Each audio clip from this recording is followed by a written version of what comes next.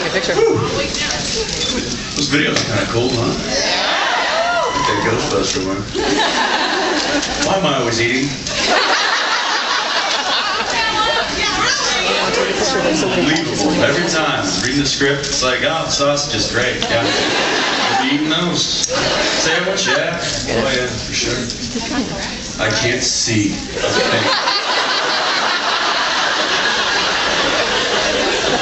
The sea of flashes. Unbelievable. All right, so what are we doing here? What are we got mics set up on both sides of the stage. Okay. So whenever we should have people come on, start the barrage. Let's keep going. Otherwise, it's just me sitting here talking to myself. It'll get boring real quick.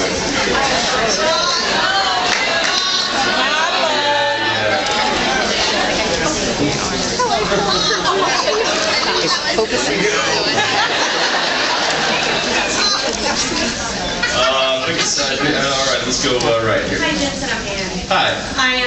In Tall Tales, I've been curious about it. You stuffed your mouth with chocolates or whatever it was. How much did you stuff in your face and say CGI your mouth?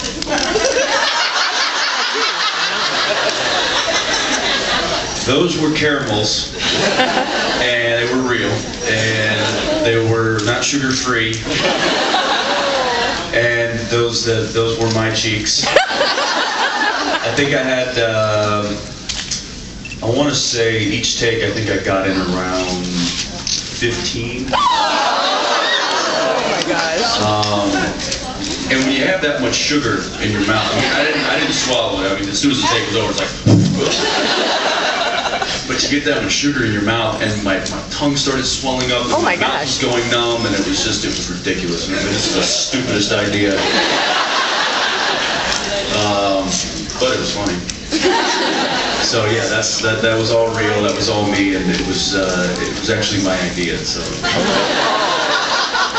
I was just supposed to grab a couple, and I was like, this is going to be a lot funnier if I grab 15 and shove them in.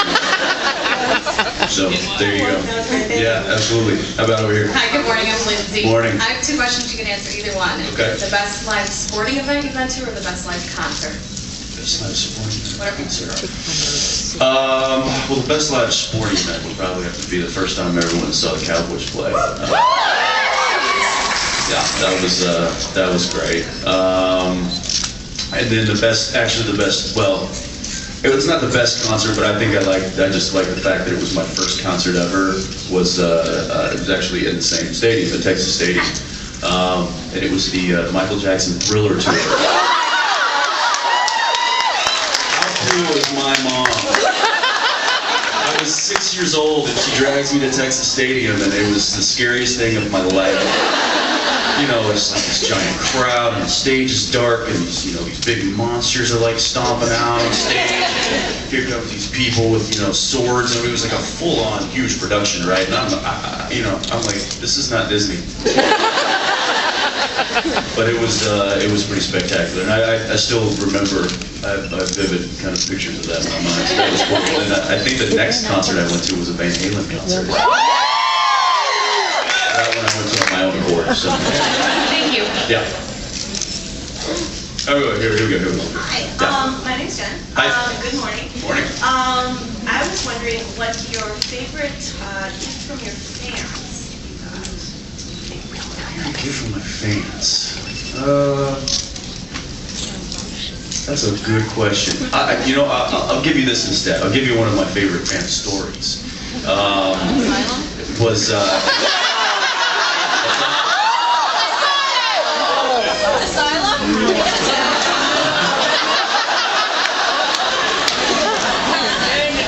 No, this one just pops to mind. It was many years ago, and I was when I was doing Baseball Lives,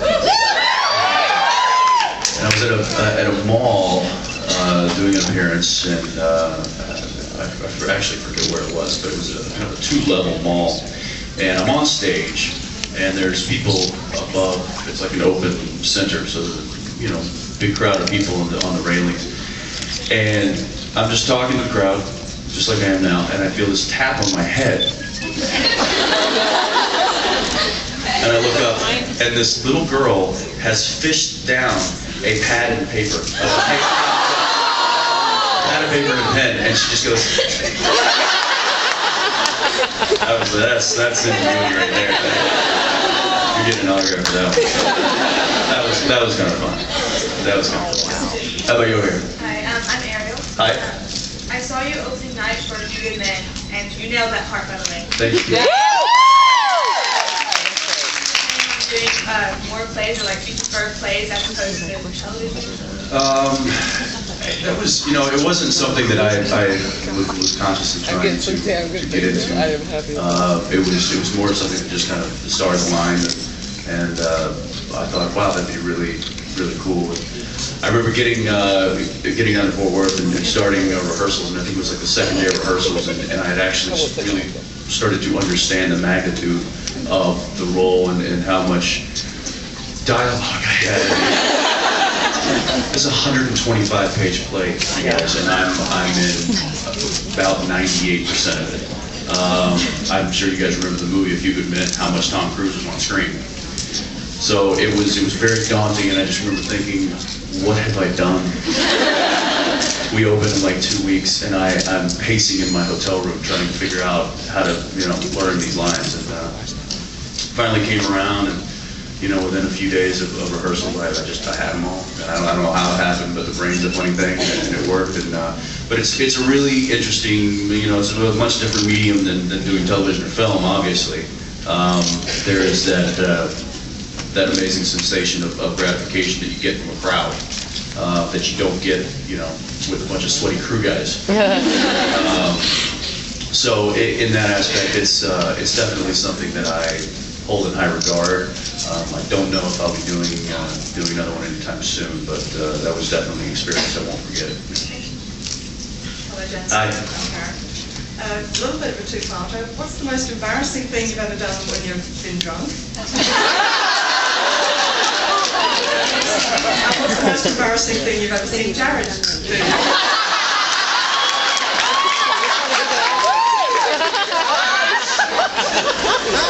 Most loaded question. That's right, he does, doesn't he? Wow. Well, I'm going to say I probably don't remember what I did. And that's probably a good thing. But Jared, so many to choose from. Gosh, I don't know. You put me on the spot. I might have to come back to you on that one. Let me think about it. I'll mull it over. Hi, Jensen. I'm Sue. Dean's gone through a lot of pain in the last few episodes. What do you do to unload that when you've gone through such emotionally charged scenes? Drink like a fish. No. Oh my goodness. My mother's shaking her head somewhere in Texas. No, it's it's funny that you say that. I just had a very emotionally heavy day on this past Wednesday, and it was a full day of just me. Jared had the day off, and it was it's very taxing. I would rather do a full day of stunt work than a full day of emotional acting, because there's a difference between being physically depleted and emotionally depleted. So it's as far as trying to deal with it, I just try to go home and sleep and talk to my friends and call my family and remind myself of why I'm actually doing this. But it's just something that you do, and I've been doing it for so long. It's I don't even think about it. It's just like, oh, I've got a rough day today, and it's just for me it's just a hard day of work. But there's a certain gratification you get too at the end of the day when you really given it your all, and you're that wrecked, that spent at the end of the day. It's like, whew, I actually put in some good hours today. So I think that kind of gratification helps you get through it. Hi. Hi. How you doing? Good. My name's Rachel. Hi, Rachel. I was wondering how long it takes for you to memorize your lines and what kind of techniques you use. Well, after you've been doing it for a couple of years, the same role, I mean, Jared and I have gotten, and I don't want to say we've gotten lazy, but we've gotten very quick at the memorization process. It depends on, you know, how, like the stuff that I did last Wednesday. I went home on Tuesday night and spent about an hour going over it, looking at it, trying to decide how I wanted to do it, how I wanted to play it. I rarely do that. I usually, Jared and I get picked up in the mornings and ride to work in the same truck. And so we generally go over our lines on our way to work, then again in the hair and makeup trailer, and then we go block it and shoot it. So just the repetition. I can read a 2 or 3 page scenes, or 2 or 3 page scene 2 or 3 times and have it memorized. So I think it's like a muscle. The more you do it, the better you get at it. Does Tenichiro have a distributor yet? Not yet. We're working on it. Oh, good. Hi. Hi, I'm Carly. Hi. I was just wondering, you know, Hell Breaks Loose Parts 1 and 2, Yeah. where Jared's dead, Yeah. and you had to like walk in. How were you able to pull that off? Because that was like really good when you were like, when he was like dead.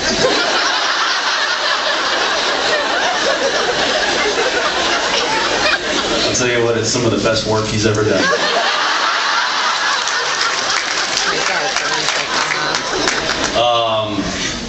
You know, the cool thing with the show and the 2 characters is and working with Jared is that we work together so much that it's not hard to see him, you know, like that and then try to envision him like that, you know, you know, like if I was fresh on a TV show and I didn't really know the people that I was working with, I might have to think of somebody else in that position to kind of get me there emotionally.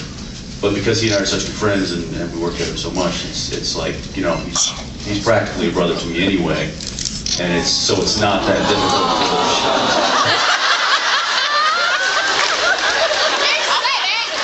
trying to talk to you people.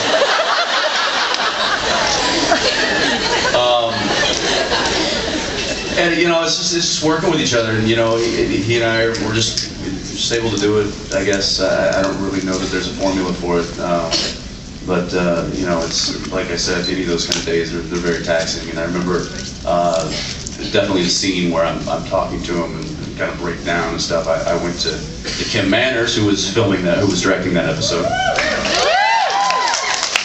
And I said, all right, Kim, I got to know what you're planning on doing for this scene, because I don't know how many times I'm going to be able to get through it. So, you know, if you could minimalize your shot list and just shoot it from, you know, 2 or 3 angles as opposed to 6, it's going to help me, because otherwise I'm just going to dry up and be worthless. So he did. He and I collaborated a little bit and tried to figure out the best way to shoot it, the quickest way to get it done, so that I'm not, you know, a total wreck. And it's always his episodes too. You know, of course I'm going to forget the name of the episode, but the where we're no. Although yeah, that was him too. No, when we're sitting on the end of the episode, we're sitting at the front of the horse. Oh yeah. Oh, Tim, that thing's. And I remember that scene where I was like, you know, he's your dad too, and I shouldn't be so hard on you and all that stuff. And I got so wrecked after that. I had to take a walk down the road because I was so messed up. And it was, I'm just like, Kim, man, better quit that. So it's just, there's really no formula for it. Thank you. Yeah. This summer. About being in any pro-am tournament? You know, and I don't want to paint the wrong picture. I'm not like some, you know, Phil Mickelson here or anything. I just like to get out and play, you know, hit a ball, right? But if I had time, I'd love to do some of those tournaments, but I just don't have any time. It sounds fun. I hear it's cool. But unfortunately, I'm stuck up in rainy Vancouver with Jared all day long.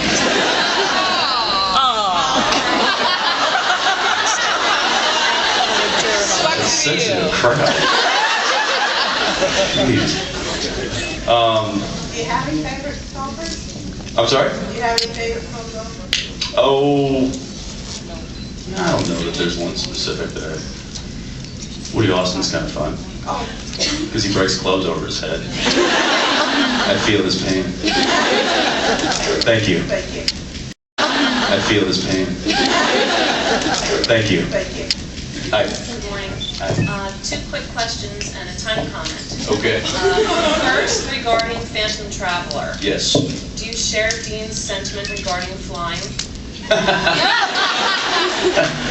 No. You did a great job of acting like someone who was afraid of flying. Acting like an idiot? I do that a lot. No, I fly way too often to be. I'm the guy that is asleep before we taxi out to the runway. Yeah. And is there any possibility of you returning, even in a cameo scenario, to your role as Eric Brady?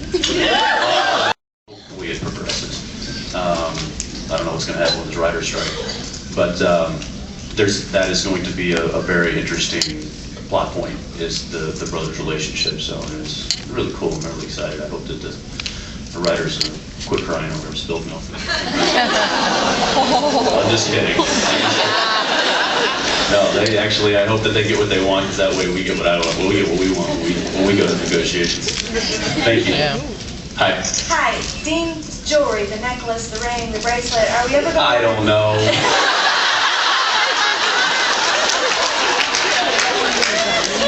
I honestly don't know. No, what it was is, and I don't know if you guys have heard this before, but I've heard me say this before, but in the beginning, when we were doing the pilot, I said, you know, I want this guy to have things, because he's in this supernatural world. He travels around. He's probably got amulets and things that are, associated with what he does. So the costume designer at that point, myself, kind of went through this whole, stuff. She just dumped a box out on a table. She's like, this is all the stuff that I've had, accumulated through the years and all the projects I've worked on. So we kind of went sifting through it a little bit, and I saw something that was really cool, and I saw another thing that was really cool, and I was like, yeah, okay, let's do this. Let's do these. And of course I had to okay him with Eric, and he looked at him and he's like, okay, we'll come up with reasons why you have those. And I was like, whatever. He has not. Is the ring a spinner ring? What's that? Is the ring a spinner ring? No, it's not. Oh. The ring was a ring that I actually had personally, that I no longer, I don't even know where that thing is. But they just made a replica of that. And I just say that it's my beer opening ring. Because if you notice, I crack beers with it, and that's really the only use it has. So Dean doesn't have to carry around a can over any television show that we filmed down there. So watching him, I just kind of got all my little quirks and stuff from him, and I always wanted to work with him, and so that was really neat to be able to play opposite him. He thinks that I showed him up on screen, and I think the opposite. So it's kind of a mutual respect there. Yeah. Thanks for asking. Hey. Hi, Jensen. I'm Yvette. Hi. I wanted to thank you anyways, because friends and I came up to Vancouver this past spring. Yeah. And for what is and what never should be, we waited around. We hung You're out. the Jersey girl. Rhode Island. Rhode Island girl. We brought you that big basket of candy and the doggy snacks. That's and right. Dogs. That's right. And we Patriots Cowboys. That's right. But I wanted to ask you, because there's more conversation with Jared, and I didn't get to talk to you much about your fighting.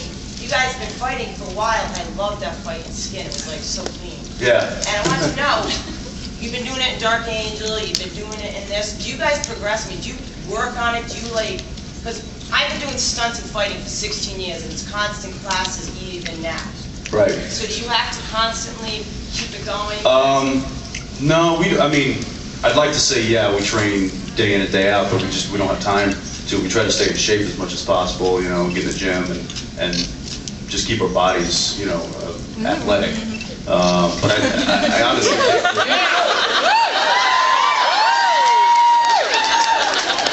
how do you guys go there so quickly? Looking at you. We'll leave that one alone. This question's from Anonymous. What do you say to the accusation that...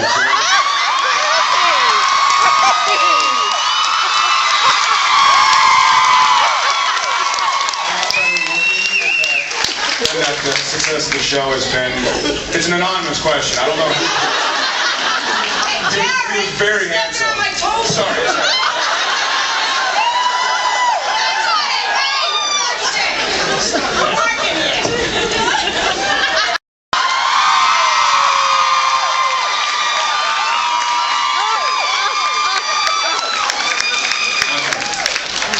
Is it? Am I in here? All right, guys, that's it. That's all. I'm coming back.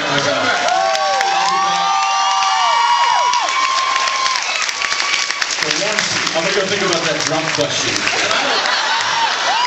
Thanks, guys.